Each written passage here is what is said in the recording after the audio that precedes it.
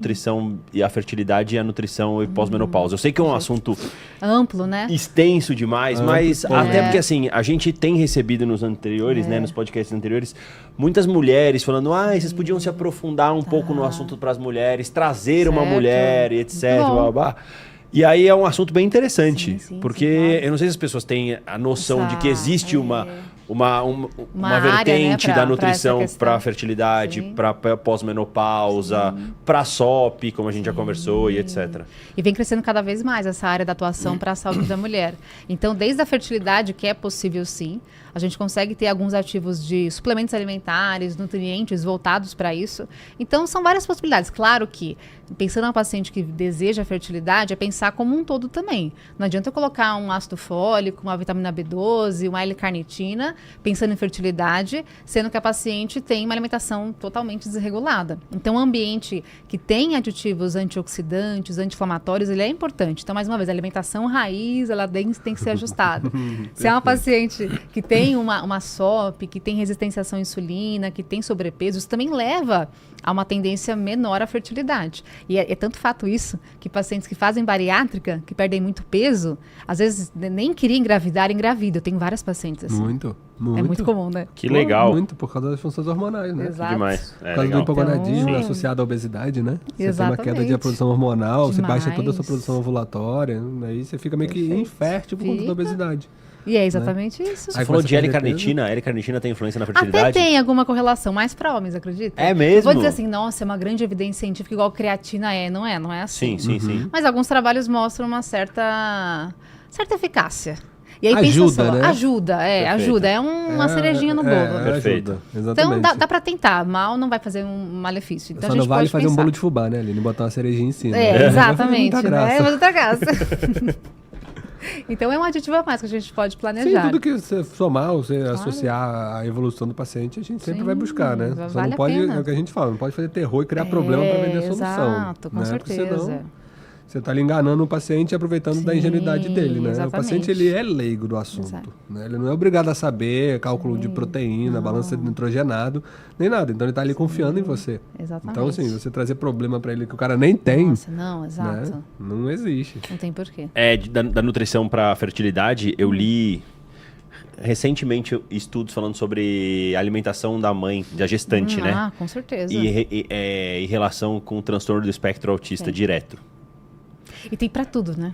Se pensar no imprint metabólico, que é toda uma ativação, de certa forma, de genes dentro do útero, tem total correlação com a alimentação da mãe. Não só a alimentação, o estresse, o ambiente que ela vive, exercício.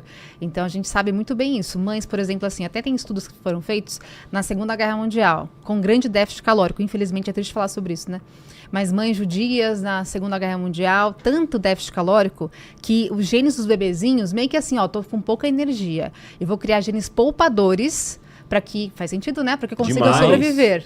A evolução da espécie, né? É a evolução. É o ambiente, é então epigenética, ele né? acaba segurando aquela caloria, de certa forma, só que não é só no momento intrauterino, é o resto da vida. Ele já nasce com essa programação biológica. Já nasce para ser gordinho. Coitado. Já nasce para isso aí. Exatamente. Uma propensãozinha ali a ganhar mais peso. Isso é verdade. E não só para autismo, mas enfim, para eu li bastante sobre essa questão do viés do autismo. Sim, tanto bastante. na alimentação da mãe, quanto no consumo de bebidas açucaradas na primeira infância. Tem, total. Nossa, tem muita uma coisa. bomba. E autismo ele é um espectro que é muito amplo. E que cresceu muito nos últimos períodos, absurdamente. falando sobre pessoas tendo diagnósticos e falando sobre isso, né? Pois é. E as pessoas não davam tanta importância para a alimentação que a mãe tinha. E até excessos. Tem trabalhos que mostram ácido fólico. Excesso de ácido fólico. E antigamente, a dosagem que a gente tinha em fórmulas convencionais para gestante tinha muita ácido fólico. As americanas, internacionais, têm ainda mais, importadas, têm ainda mais ácido fólico. E isso pode estar correlacionado. 5 gramas por dia já tem uma correlação maior com o autismo. A gente sabe que algumas mulheres precisam mesmo de mais ácido fólico, é fato. Mas em demasia, para quem não precisa, pode ter uma certa correlação, uma chance um pouco maior de autismo em algumas Crianças, sim. Então, é que é difícil falar de autismo, porque tem muitas coisas envolvidas. Muita coisa. Não é uma coisinha Muitos só. graus, muitas características específicas. Mas, a gente não sabe muito bem predisposição. ainda tudo. Mas a gente tem trabalhos que mostram algumas correlações, sim. Sim. E vale a pena ter um mérito de a gente estudar mais isso. E aí, inclusive, eu fui questionado uma vez sobre dietas para autistas, né?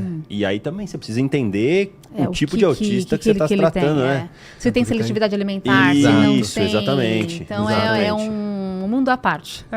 É indivíduos diferentes também, Imagina né? só, uma criança que tem seletividade alimentar e só come pão. E aí você fala assim, mas eu ouvi falar que glúten não pode para criança que é autista. Você exclui o pão? Gente, não faz sentido, né? Morre de fome. Vai morrer de inanição. E é uma seletividade real, não é assim, não, porque ele não tá afim de comer. Ele não vai comer nenhum alimento além daquele.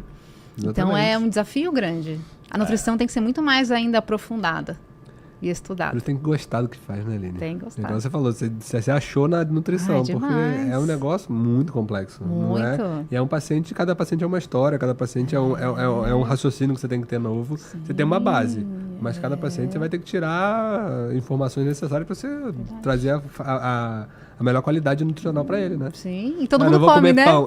Exatamente. Eu não vou comer pão, mas é a única coisa que eu como. Sim. Não é igual os Snickers, né? O Snickers, exato. Exatamente, é isso aí. Não vou tirar o meu Snickers. Não tem como tirar o Snickers. Não dá pra fazer terror psicológico, não dá pra fazer terror nutricional. É isso que me incomoda. É o que mais incomoda todos nós, inclusive. Demais. Né? E o paciente chega com uma angústia gigantesca, que ele não precisaria daquilo. Passei no Nutri, ele cortou tudo. Eu falei, mas por quê? Porque ele falou que eu tenho isso. Aí você vai ver, mas você come isso, como? Mas você come isso, como? Mas você come isso, como? Então você não tem.